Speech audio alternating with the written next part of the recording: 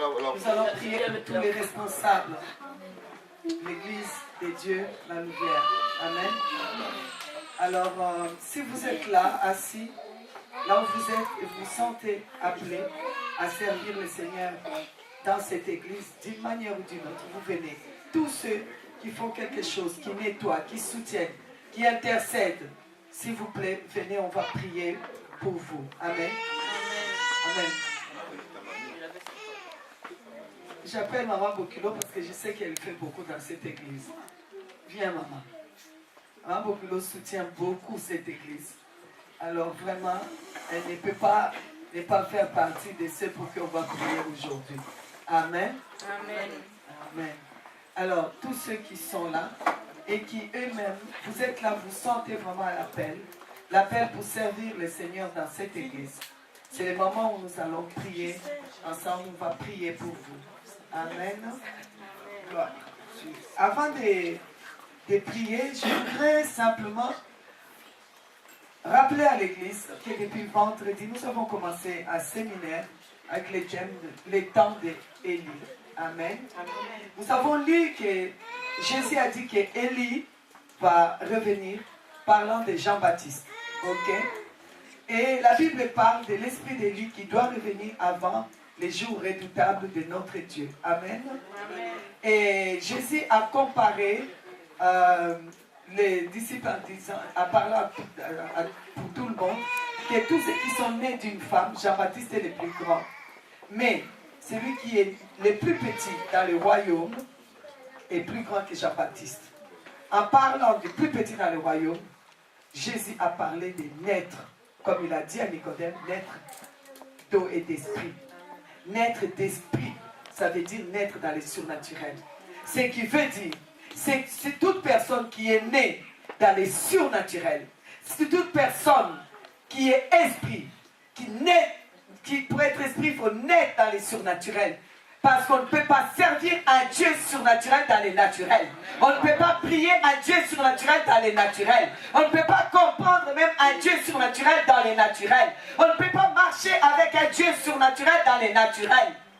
Alors, il faut que nous puissions marcher dans les surnaturels. Amen.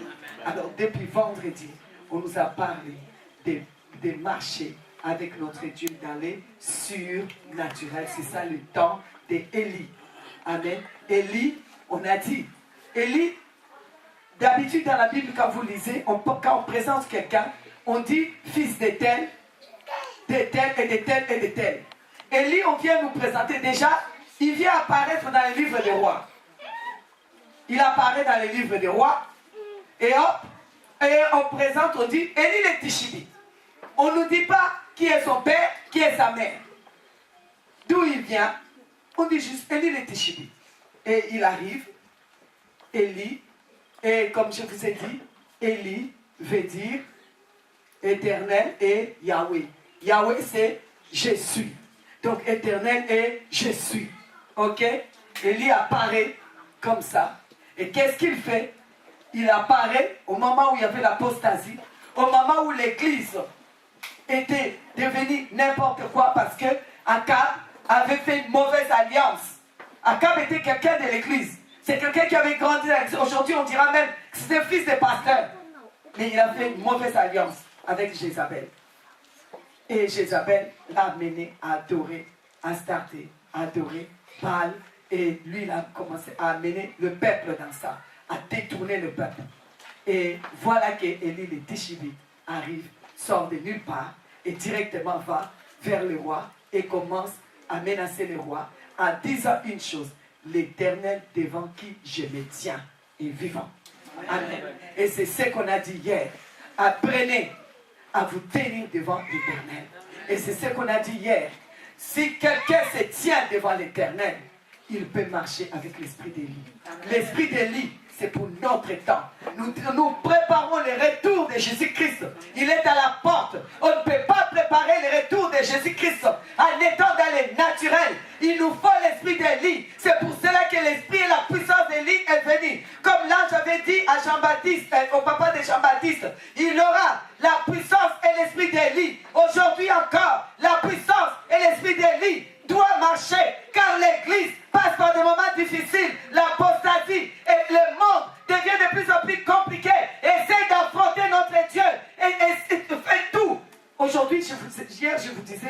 qu'aujourd'hui, tu vas aller dire à une femme qui a des problèmes de stérilité, je vais prier pour toi, Dieu va te donner un enfant, elle va dire, il y a l'insémination.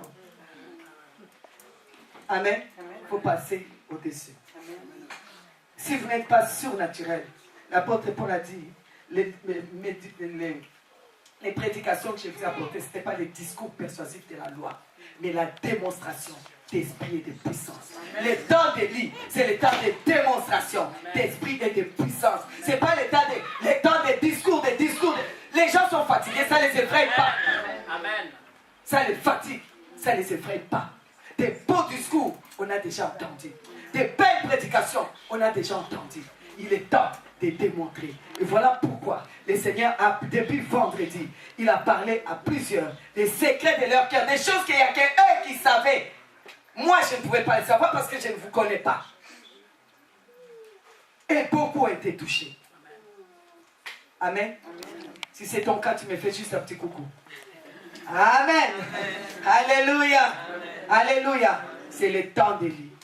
Le temps où il faut aller dans les cœurs des gens.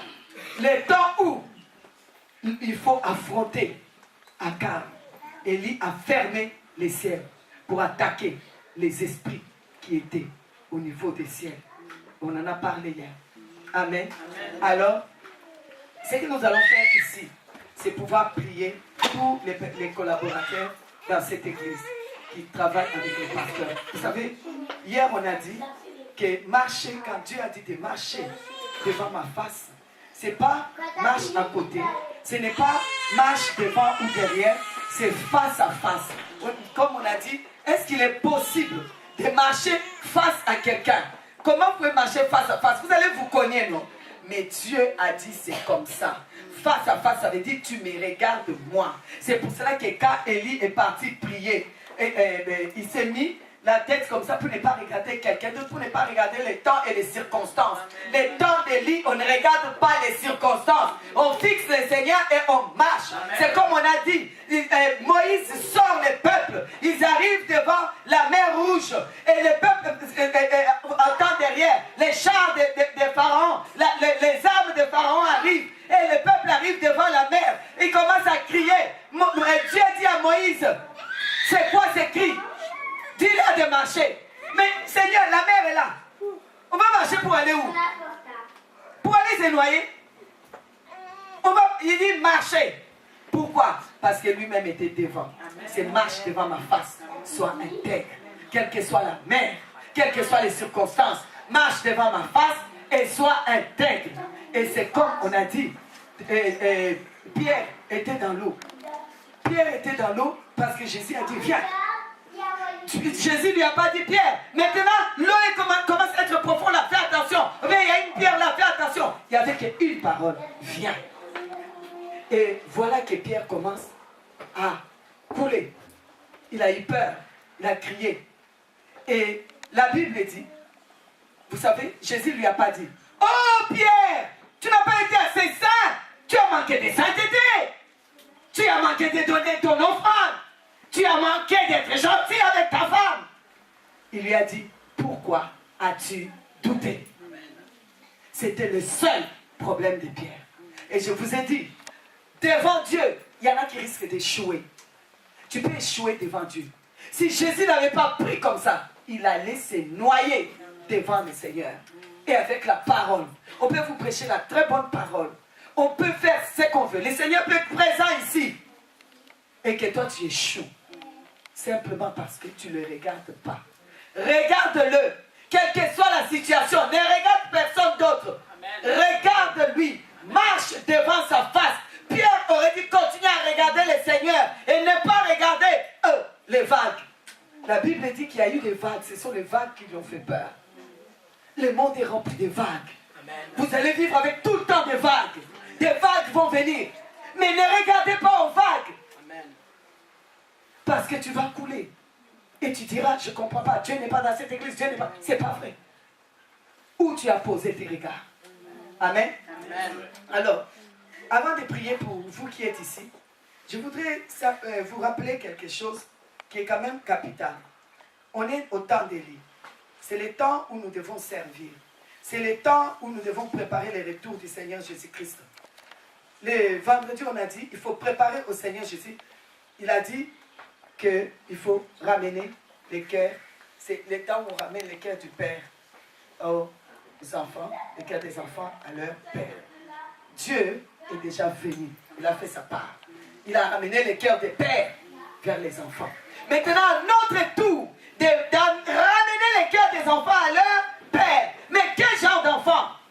On ne va pas amener des gens charnels à un Père qui est surnaturel, spirituel. Nous devons amener à Dieu des enfants qui sont vraiment ses enfants. Parce que les chiens, les chiennes, si vous voulez, mettent bas des chiots. Les humains mettent au monde des humains. Mais Dieu engendre des dieux. Et c'est ces enfants-là que nous devons lui amener. Amen. En ces temps d'Élie. En ces temps d'Élie. Un temps du surnaturel. Amener à Dieu des enfants surnaturels. Mais pour cela, vous-même, vous devez sortir du naturel. Vous devez affronter, marcher dans les surnaturels. Tant que vous marcherez dans les naturels, vous servirez à la nourriture pour les diables. Parce que Dieu a dit à Satan, tu mangeras la poussière. Et Dieu a dit à l'homme, tu retourneras poussière parce que tu es poussière. Alors tant que tu es un homme animal, tu es de la nourriture pour les diables. Et alors il est temps d'être surnaturel, de marcher en esprit. Ok? Jésus, on l'adore en esprit et en vérité. Si vous n'êtes pas esprit, arrêtez de vouloir même les prier. C'est un esprit que ça se passe. C'est pas dans la chair, c'est pas dans l'intelligence, c'est pas dans les calculs. Amen. Amen. Alors, aujourd'hui, je vais vous dire quelque chose avant de faire cette prière-là. Vous savez, Élisée a marché à côté d'Élie. En ces temps d'Élie, on marche à côté de son Élie. Amen. Amen. Il marchait à côté d'Élie. Il y avait plusieurs fils de prophètes. Élie avait une école de prophètes. Il formait des prophètes. Il y avait des fils de prophètes même qui formaient. Il marchait à côté. Il marchait avec. Et il y en a un qui s'est attaché. Parce que pour lui, Élie n'était pas seulement son pasteur, mais c'était son père. Il s'est attaché à Élie comme on s'attache à un père. La Bible dit qu'il versait de l'eau sur les mains d'Élie pour qu'Élie puisse se laver les mains avant de manger. Ok? Il a marché avec son Élie. Alors, la Bible dit que lorsque Élie va lui dire, maintenant, tu restes ici, moi je dois partir, je vais à Gilgal, toi tu restes ici. Il va lui répondre quoi? Ton âme est vivante, l'Éternel est vivant. Je ne te laisserai point. Il lui répétait ce que lui-même Élie avait dit. L'Éternel devant qui je me tiens est vivant. Amen. Si tu te tiens devant l'Éternel et l'Éternel est vivant, tu ne peux pas abandonner Élie. Où il va aller, je vais aller. Amen. Dans une église, il n'y en a pas 36. On a l'esprit d'Élie. Mais il y en a un que Dieu met au devant comme Élie pour conduire le peuple. Et il s'agit de votre pasteur. Tant qu'il est vivant, on ne peut pas l'abandonner. On ne remplace pas un Élie qui est vivant. Il est vivant. Élisée ne lui disait pas simplement que l'Éternel est vivant. Il disait non, ton âme est vivante. L'Éternel est vivant. Ton âme est vivante. Je ne te laisserai point. On ne marche pas sur un roi qui est vivant. Vous créez des problèmes. On ne met pas de côté un roi qui est vivant. On marche avec lui. Amen. On marche avec lui. On commence d'abord par servir. Parce qu'il y en a beaucoup qui aiment simplement... Ah oui, moi je vais comme dire serviteur de Dieu. Si tu ne commences pas par être serviteur d'Élie, lui mettre de l'eau sur les mains, tu ne seras jamais serviteur de Dieu. Amen. Parce que ça commence là. C'est là que tu recevras le manteau. Il continue. Chaque fois, Élie voulait le décourager. Reste ici. Il dit, hé, toi tu es vivant, tu n'es pas comme moi. Pourquoi tu es resté là? Ton âme est vivante. Et l'Éternel aussi est vivant. Alors toi et moi. Les autres, ils étaient là en train d'essayer de les décourager. Lui dire, ton maître va être enlevé aujourd'hui. Il disait, taisez-vous, je le sais. Apprenez à dire, taisez-vous à ceux qui parlent mal de votre Élie. Quand vous vous asseyez, là où on parle mal de votre pasteur, vous écoutez. Même si tu n'as rien dit, tu as quand même dit. Parce que tu as participé. Tu as quand même dit. Même si tu dis, j'ai seulement écouté et puis j'ai raccroché, tu as quand même dit. Et tu es en train d'oublier une chose, c'est que son âme est vivante et l'Éternel est vivant. Aujourd'hui, nous vivons une époque où il n'y a plus de crainte de l'Éternel. Il faut faire très attention. Il disait, taisez-vous. On vient, oui, ton maître va être enlevé. Taisez-vous. Apprenez à dire, tais-toi. On ne parle pas comme ça de mon pasteur. Tais-toi. On ne parle pas comme ça de mon église. Tais-toi. Je ne veux pas savoir. Tais-toi. Mais au contraire, nous aimons ça. Hé, tu sais, j'ai quelque chose à te dire. Hé, il faut que tu écoutes. Maman, tu sais, maman Mimi, là, ton oreille souffre bien. Vas-y, dis-moi. Et après, tu commences à dire, moi, je n'avais rien dit, j'ai juste entendu. Mais tu as participé. On dit, tais-toi. Si Dieu a quelque chose à me dire, les concernant, il connaît mon adresse. Tais-toi. Et continue à avancer. Tais-toi. Amen. Amen. Et Élie va lui dire, bon, maintenant, je commence à avancer. Je vais pouvoir partir. Qu'est-ce que tu veux? Demande-moi ce que tu veux. Vous savez, qu'est-ce que Élisée va lui demander? Une double onction. Double onction de ce qu'il avait. Quand quelqu'un demande une double onction, c'est une double onction. N'est-ce pas? Mais voilà, du double onction, qu'est-ce qu'il a reçu? Il a reçu un manteau. Amen. Le manteau représente l'autorité. Le manteau que tu recevras, ce sera le manteau qui est sur Fataki, tu ne recevras pas d'autre. C'est ce manteau-là que tu recevras. Tu veux l'onction pour servir, mais il te faut un manteau. C'est derrière le manteau que se trouve ce qu'on appelle l'onction. Vous croyez que l'onction, c'est quelque chose qui descend, non, c'est derrière un manteau que se trouve l'onction. Élisée l'a reçu. Et Élisée a fait quoi? A fait la même chose que son maître. A ouvert, avec le manteau. Il a commencé à opérer. Il a ouvert la mer. Vous savez, les Jourdains, je vais dire. Vous savez quoi? Élisée a reçu ses manteaux. Alors, vous savez, quand il a reçu, il a proclamé ce que lui, il pensait de son frère, d'Élie. Et il a dit, mon père, char d'Israël et sa cavalerie. Vous savez, ça veut dire quoi? Je prends, quand il a pris je prends les manteaux de mon père. Je prends les chars des anges qui sont derrière. Je prends le feu qui se trouve derrière. Je prends l'onction qui se trouve derrière. Et il a pris tout ça. Et il a marché avec ça. Avant qu'il puisse mourir, je vous donnerai les textes si vous voulez, tout à l'heure. Là, il s'agit de 2 Pierre et 2 Rois, c'est le chapitre 2. Et vous allez les lire en entièreté. Vous allez voir comment Élisée a marché derrière Élie. Et lorsqu'il arrive, il dit, mon père, mon père. Tout le monde appelait Élie, le prophète. Ou bien il appelait, je ne sais pas moi, le pasteur. Mais pour Élisée, c'était son père. C'était son père. Voilà pourquoi il ne l'a pas lâché. C'est mon papa. Qu'il soit comment dans la maladie, c'est pourquoi j'ai béni ceux que je vois là, qui ont assisté leur pasteur dans la maladie, dans les moments difficiles, tant que son âme était vivante. Ils ont été là près. Ils ont servi dans l'église. Ils ont été présents. Qu'aujourd'hui, les manteaux puissent être donnés. Pas parce qu'Élie est mort, mais parce que l'esprit d'Élie est toujours là. Que vous soyez avec le manteau, que vous puissiez travailler avec un manteau, pas n'importe quel manteau, un manteau où derrière il y a des chars, où il y a des feux, où il y a l'onction, que ce manteau vous soit donné, que vous soyez couverts avec ce manteau. Oh oui, la Bible déclare que Élisée a crié, mon père, lorsque Élie montait, mon père, char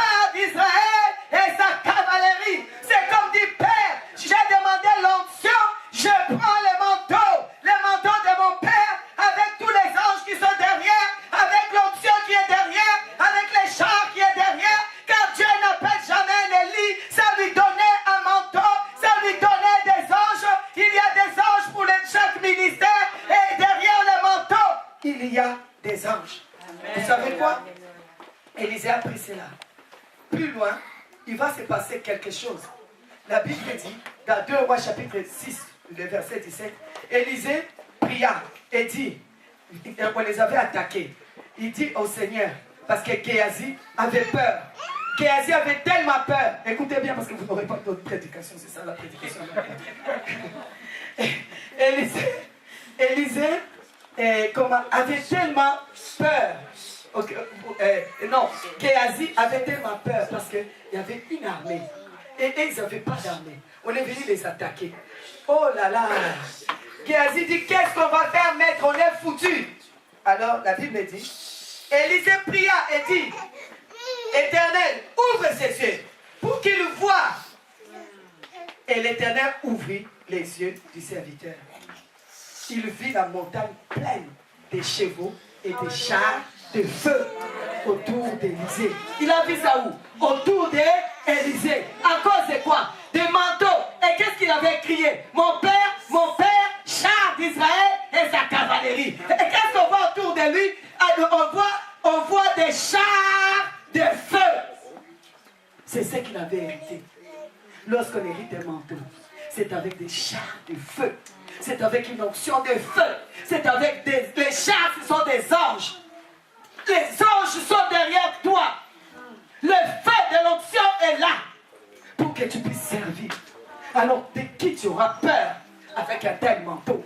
C'est pour ça qu'Élisée était calme. Il savait qu'est-ce qu'il avait reçu de son père. Il savait qui était derrière lui. Quand je marche, je sais qui est derrière moi. Je sais qui vient avec moi. Je sais qu'il y a des chars derrière moi. Je sais qu'il y a le feu derrière moi. J'aurais peur de qui et de quoi? Qui je ne vais pas affronter? Quelle situation je ne vais pas affronter? Chers amis, vous servez sous un manteau où il y a des chars. Sous un manteau où il y a le feu. Et je viens aujourd'hui vous les rappeler, pendant que je vais prier aujourd'hui, que vous puissiez vous souvenir que derrière toi, tu n'es jamais seul. Il y a des chars, il y a des anges autour de toi. Les anges sont là. Ils ne sont pas seulement derrière. Ils sont devant, ils sont autour de toi. C'était autour d'Élisée. Géasi a vu, Géasi a dit, oh, waouh! Et lorsque, je vais vous dire encore une chose, dans 2 Rois. Waouh! Je vais encore vous lire quelque chose d'autre. Dans 2 Rois 13, 14 à 15. On dit qu'Élisée était atteint de la maladie, dont il mourut. Quand le roi Joas vient près de lui, se pencha et il lui a dit quoi? Il a répété la même chose parce qu'il a appelé les anges. Et pourtant, il n'était pas là quand Élisée avait dit ça de son père. La Bible dit, le roi Joas a dit, mon père, char d'Israël et sa cavalerie. Du coup, Élisée s'est réveillé. Donc ça veut dire quoi? Ces anges se sont levés. Alors on a dit, ouvre la fenêtre au roi Joas. À cause du fait qu'Élisée a été fidèle à Élie. Il a servi le manteau d'Élie. Il a continué avec Élie jusqu'à ce qu'Élie a été élevé. Travaillez pour l'élévation de votre Élie. Aujourd'hui, on écrase les Élie. Travaillez pour son élévation. Au plus qu'il va être élevé, au plus que le manteau vous sera facile. Amen. Ne commencez pas à dire et à critiquer. Ça ne sert à rien. Élevez les Élie. Regardez l'élévation de votre Élie. N'écrasez pas votre Élie. Ne marchez pas sur lui. Là où les gens marchent sur lui. Et ne les regardez pas simplement comme votre pasteur.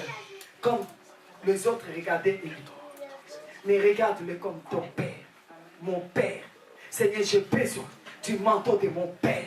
Mon père, char d'Israël et sa cavalerie. Il a reçu ses manteaux. Il a travaillé avec. Même mort, on vient rappeler. Le roi Joas voit l'armée qui va les détruire. Élisée était mort. Même mort. Et on vient rappeler. Mon père, tes chars. Alléluia. J'ai besoin de ton feu. J'ai besoin de ta cavalerie. J'ai besoin de ton manteau. Élisée dit, ouvre la fenêtre, bande l'arc. Amen. Vous lirez ça quand vous pourrez. 2 Rois, chapitre 13. Bande l'arc, ouvre la fenêtre. Et il a bandé l'arc. Il a ouvert la fenêtre. Fait partir un. Ça c'est la flèche de la victoire. Si vous voulez des flèches de victoire, si vous voulez des flèches de victoire, vous avez besoin de la cavalerie. Vous savez, la Bible dit que tous les ministres ont leur ange derrière eux. Ok? La Bible dit dans Apocalypse 22, 9. Mais il me dit, garde-toi de les faire, car l'apôtre Jean voulait se mettre à genoux devant l'ange. Je suis ton compagnon de service et celui de tes frères, les prophètes, et de ceux qui gardent les paroles de ces livres. Amen. Il y a des anges qui accompagnent des ministères. Alors s'il vous plaît, que les chars des anges puissent vous accompagner dans ces temps où vous devez travailler dans les surnaturels. Tu ne peux pas travailler sans les anges. Travailler avec les anges, c'est travailler dans la rapidité. Travailler avec les anges, c'est travailler dans les surnaturels. Vous ne pouvez pas opérer dans les surnaturels sans le ministère des anges. Que le Seigneur libère aujourd'hui, derrière vous, autour de vous, les chars des anges, les chars qu'il a mis derrière votre père, le pasteur Fataki, qu'il met ses chars autour de vous et qu'il ajoute aussi les chars qu'il avait prévus pour votre appel, car chaque appel a ses chars aussi, et qu'il libère maintenant l'onction. Élisée a demandé les double onction, on lui donne un manteau, qu'aujourd'hui vous recevez ce manteau et que ce manteau soit attaché au ministère de votre pasteur et attaché au ciel par le feu, avec les anges de feu. Que le manteau qui sera derrière vous soit un manteau de feu. Que celui qui voudra vous toucher, écoutez-moi bien, je suis en train de parler à tous les collaborateurs d'ici. Je suis en train de m'adresser à vous en tant que prophète de l'Éternel. Je me tiens là et je déclare que celui qui voudra te toucher aura affaire à ce feu qui t'accompagne. Celui qui voudra te barrer la route aura affaire à ce feu qui t'accompagne. Car derrière toi, il y a un manteau. Tu as sur toi un manteau. Et derrière ce manteau, il y a des chars des anges. Il y a des anges de toutes sortes. Opère avec ces anges. Il y a les anges de guérison. Lorsque tu devras prier pour les malades, les anges de guérison se mettront en place à cause de ton père, mon père, Charles d'Israël et sa cavalerie. Lorsque quelqu'un se lèvera contre toi, il rencontrera le feu qui se trouve derrière toi. Tu n'auras même pas besoin de commencer à faire des combats inutiles. Le feu combattra. Le feu combattra. Celui qui va te toucher va être brûlé. Celui qui va toucher tes enfants sera brûlé. Celui qui voudra te barrer la route dans ses pas sera brûlé. Tu vas avancer à cause de ces chars. Alors servez avec honnêteté. Servez avec joie. Ayez la joie d'élever votre Élie, de voir votre Élie élevé. Ayez la joie de travailler sous son manteau. Ayez la joie de marcher avec le feu du Saint-Esprit. Soyez surnaturels. Opérez dans les surnaturels. Opérez avec les anges. Au nom de Jésus. Amen. Je vais appeler le pasteur Lifa s'il est là. On va prier pour vous. Pasteur Lifa, viens avec nous. Il est pasteur, il est papa, c'est compliqué. Pasteur, mamie, c'est pas évident. C'est pas évident, mais on s'en sort. Je lui dis toujours, moi, j'amène mes enfants tout petits, partout dans l'église, je les traînais partout. Ils sont grandis maintenant. Amen, pasteur. On va prier pour l'équipe qui sert le Seigneur ici. Tenez-vous la main dans la main, s'il vous plaît. Vous tenez la main dans la main, l'équipe. Moi et les pasteurs, il faut pas se tenir la main dans la main et je vais donner le micro pour vous tenir entre les mains. Vous faites votre activité ensemble. Tiens, toi tu parles avec nous. Ils ont besoin de toi. Voilà, le pasteur, il faut pas prier pour vous. Je vous ai exhorté. Alors vous êtes prêts, vous savez à quoi vous attendre. s'attendait à quelque chose, n'est-ce pas? Alors il va libérer la parole. Amen. Parce que l'Assemblée puisse se tenir debout avec nous, comme ça on va étendre la main vers eux et on va pouvoir les bénir. Éternel, nous voulons maintenant te remettre toute cette équipe qui collabore pour l'avancement de ton royaume ici dans la région de la Louvière. Nous prions, Père, que tu puisses ouvrir les écluses des cieux afin de faire descendre maintenant une pluie de bénédiction et de faveur sur cette équipe. Père, que tu puisses les oindre de ton huile sainte, afin qu'ils soient mis à part au milieu de ces ténèbres, et qu'ils soient cette lumière qui brille, afin d'attirer à eux tous les hommes et les femmes qui désirent te servir. Seigneur, nous prions que maintenant tu puisses ouvrir des temps favorables pour récolter la moisson qui est déjà mûre. Nous prions, Seigneur, que cette multiplication des ouvriers puisse également se suivre d'une multiplication des âmes et des vies qui soient sauvées au nom du Seigneur Jésus-Christ. Seigneur, nous prions pour que le travail ici dans cette région soit d'abord d'arracher, abattre et détruire toutes les forteresses, les fondations qui ont été érigées et qui se dressent contre la connaissance de Jésus-Christ. Et nous prions maintenant que, Seigneur, nous puissions instaurer la culture du royaume des cieux et la passion pour les choses d'en haut, la passion pour le Christ qui est le seul et unique sauveur. Nous prions, Seigneur, que tu changes l'atmosphère de cette région. Seigneur, s'il y avait l'athéisme, s'il y avait, Seigneur, le manque de foi, le manque de pardon, s'il y avait la haine qui dominait dans cette région, nous prions maintenant que l'amour de Dieu, la communion des saints, la communion avec le Christ puisse prédominer dans cette région, au nom du Seigneur Jésus-Christ. Seigneur, change les temps, change les circonstances, qu'ils soient favorables maintenant à l'expansion de l'évangile, à la propagation de l'évangile du Seigneur Jésus-Christ. Nous prions, Seigneur, pour que la mission soit désormais totale aujourd'hui, parce que tu as mandaté et choisi, Seigneur, une équipe qui va œuvrer avec l'Esprit Saint, qui va œuvrer avec la puissance, parce que nous savons que ton royaume est une démonstration d'esprit et de puissance. Seigneur, qu'à chaque moment, qu'à chaque culte, qu'à chaque réunion de prière, il y ait une démonstration d'esprit et de puissance.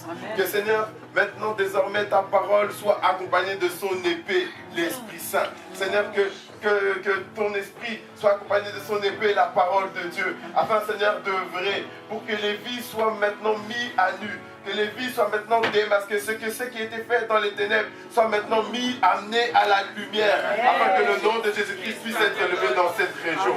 Seigneur, que ce qui était ténèbres autrefois puisse reculer, et que ce qui est lumière maintenant puisse avancer. Que ton église ne soit plus reclue dans les lieux secrets, mais que ton église soit la ville située sur une montagne qui éclaire cette région, au nom du Seigneur Jésus-Christ. Nous prions, Seigneur Jésus-Christ, pour une démonstration extraordinaire de la puissance de Dieu. Que chaque homme, chaque femme, maintenant ici présente, soit revêtue de l'onction de Dieu. Et que la renommée de ton Église puisse s'étendre dans toute cette région. Au nom du Seigneur Jésus-Christ.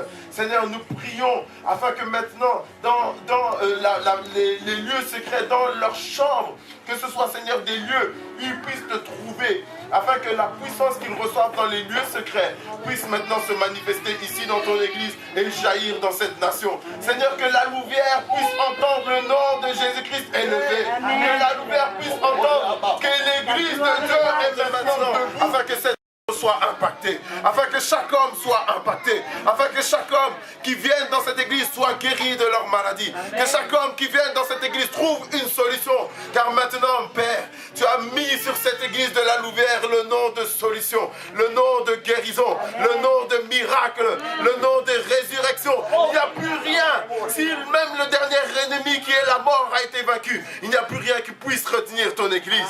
Que le nom de Jésus-Christ puisse être élevé et que les hommes et les femmes poussent des cris de joie en l'honneur de notre Seigneur. Car nous disons que Jésus-Christ est Seigneur. Nous crions à toi et nous disons que Jésus-Christ est Seigneur. Jésus-Christ, tu es Seigneur de ces lieux. Comme au Jéricho, nous voulons, Seigneur, maintenant proclamer la victoire. Seigneur, merci parce que tu fais tomber la muraille. Tu fais tomber, Seigneur, nos ennemis. Et nous savons que dans cette conquête, nous allons être plus que vainqueurs. Nous prions ainsi, au nom du Seigneur Jésus-Christ. Amen, amen, amen. Amen.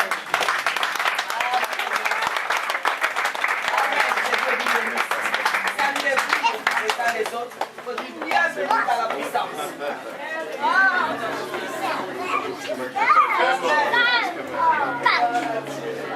Ça va?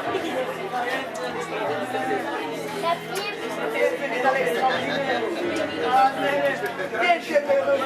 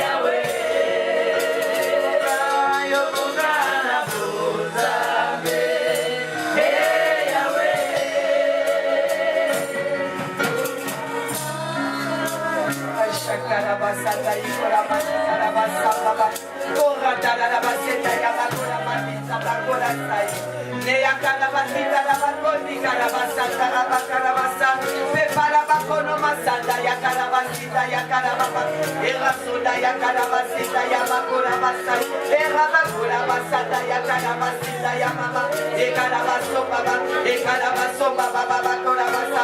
Papa, relâche encore, Seigneur, ta puissance dans ces endroits, Seigneur. Oh Seigneur, tous ceux qui s'attendent, toi, qu'ils saisissent. Saisis aujourd'hui ton miracle. Saisis ton miracle là où tu es. Au nom de Jésus.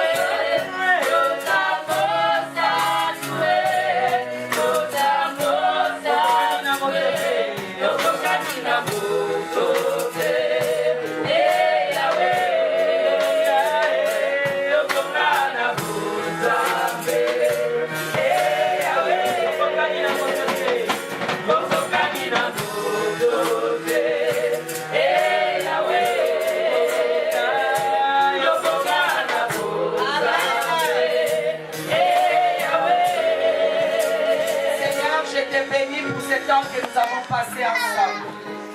Je te remercie, Seigneur, pour cette salle. Fais que tes enfants qui rentreront ici soient heureux. Amen. Lorsqu'ils viendront avec des fardeaux, qu'ils sortent légers. Lorsqu'ils rentreront ici avec des maladies, qu'ils sortent guéris. Lorsqu'ils entreront ici avec des pleurs, qu'ils sortent consolés. Je bénis cet endroit. Et je te consacre ces sanctuaires, ces temples, afin que ta présence y réside et que nous venons te rencontrer, Seigneur, et que l'attouchement, Seigneur, nous soit toujours donné de ta part. Je bénis, Seigneur, les murs, les portes, les fenêtres de cet endroit. Et j'ordonne à tout esprit qui ne glorifiait pas Jésus-Christ, qui habitait les murs, les fondations, les portes de cet endroit, de s'en aller immédiatement, de faire place maintenant, laisser toute la place pour la gloire de Dieu et au Saint-Esprit. Saint-Esprit de Dieu, occupe les murs, occupe les fenêtres, occupe les sols, envahit ces lieux, remplis, parce que dans la chambre haute, la Bible dit que c'était d'abord l'endroit qui était rempli.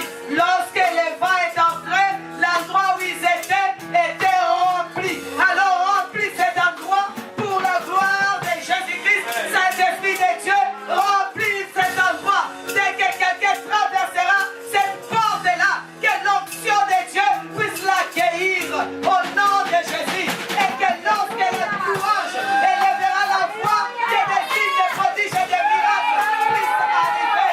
Et que Seigneur Dieu, tes anges sont toujours en mouvement dans ces lieux. J'ouvre les ciels de ces lieux. Que ça reste toujours ouvert pour recevoir la présence des anges monter et descendre. Papa, je dédie ces sanctuaires en ton nom, au nom de Jésus-Christ, le Fils unique de Dieu, le seul Seigneur, le seul Sauveur. À lui nous dédions ces temps